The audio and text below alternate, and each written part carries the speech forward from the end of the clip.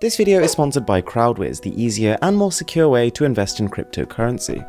Welcome to the Xiaomi Mi Note 3, which is a hugely important smartphone because in a lot of ways it is a refined version of the Xiaomi Mi 6, which is the company's flagship smartphone for the entire 2017. It has a larger display, 5.5 inches, which is up from 5.15, and also a higher capacity battery, 3500 mAh on the Mi Note 3 versus 3350 on the Mi 6. The front camera has twice the megapixel count, and for the most part I also prefer it in terms of the aluminium accents running all the way around its sides. And bizarrely enough, it manages to do all this while still being lighter than its former smartphone.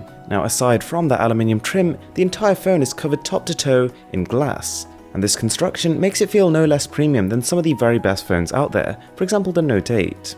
You'll actually notice looking at the front of the smartphone, it looks almost identical to the OnePlus 5, but flipping the phones over, I definitely prefer the soft matte touch finish of the OnePlus 5 compared to the shiny glossy one of this, but that is personal preference. It's super reflective and at some points can be a little bit prone to fingerprints too, but it's far from the worst I've tried. One thing worth pointing out is that whilst this isn't the slimmest or the lightest device, Xiaomi has done a very good job with the ergonomics here. The subtle curves do a pretty good job of making an otherwise very wide smartphone still comfortable to hold in a single hand. Unfortunately, within this body, like with a lot of their other smartphones, Xiaomi has no SD card support, no wireless charging capabilities, and only a very minor resistance against splashes. As well as that body, one of the most important things about this phone is the camera. And since the Xiaomi Mi 6, for better or worse, the camera has stayed more or less the same. Having said that, since the Mi 6 was released and we reviewed it, there have been a fair few software updates which have improved how it performs. Considering we have a dual 12 megapixel sensor here, the clarity on offer is pretty amazing really. It's got lots and lots of detail and also a very fast shutter time and autofocus time. The 2x lossless zoom also works just as expected, and one good thing about the smartphone camera is it allows you to get really close to objects and still focus on them. Photos have a good level of colour and contrast, and the portrait mode works almost as good as the top tier flagships. The only slight noticeable difference is the edge detection of objects is sometimes a little bit off. But one thing I did notice with both the rear and the front cameras of this phone was that they consistently overexpose.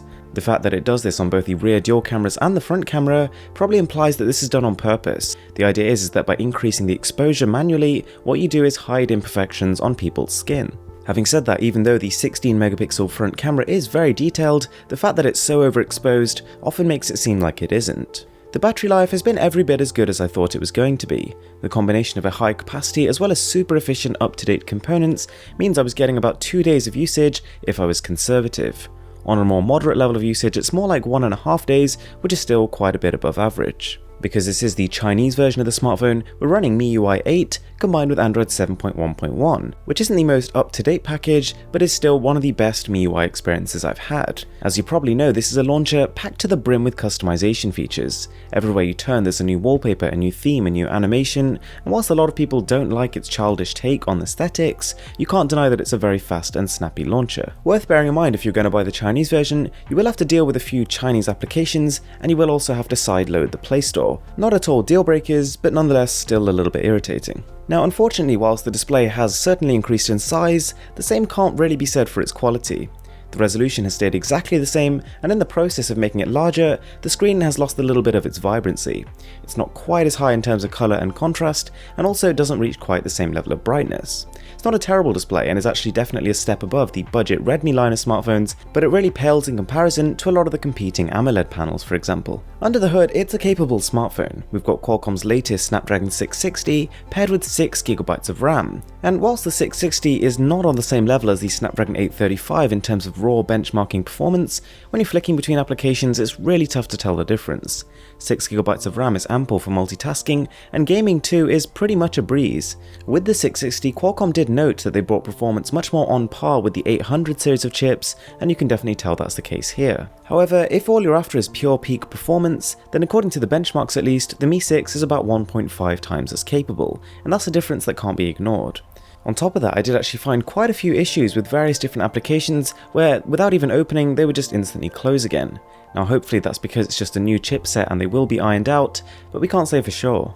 On the bright side, the fingerprint scanner is fantastic. It's fast, responsive, and you're pretty much never going to miss it. And then for the speaker, we've just got a pretty standard arrangement. There's one tucked away in the corner of the phone. It's really not very good. So there we have it, that is the Mi Note 3. And in one sense, it's everything you need. It's got a solid build, a good battery, and an even better camera, but on the other hand, you can't help but feel like there's been a little bit too much compromise compared to its slightly pricier competitors. There is nothing new to the table here since the Mi 6, and given that it's not really a cheaper phone either, it's tough to say this is really the one to go for. So as I said, this video is sponsored by CrowdWiz. Now CrowdWiz have the pre-launch of their new community-based investment platform today.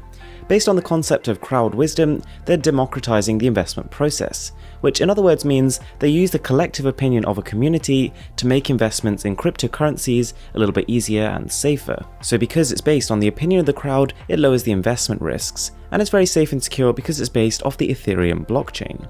You can even create your own cryptocurrency fund and invite your friends, family, and co-workers to join you and invest in it. You can find out everything you need to know at crowdwiz.io, link in the description, and if you feel like this is something you might be interested in, between today, October the 10th, and the 12th, there's a 20% bonus in token sales. So if you buy $100 worth of tokens, you actually get $120. So if that is something you're interested in, do check it out in the description. Thanks a lot for watching guys, I'm Mr. Who's the Boss, and I'll catch you in the next one.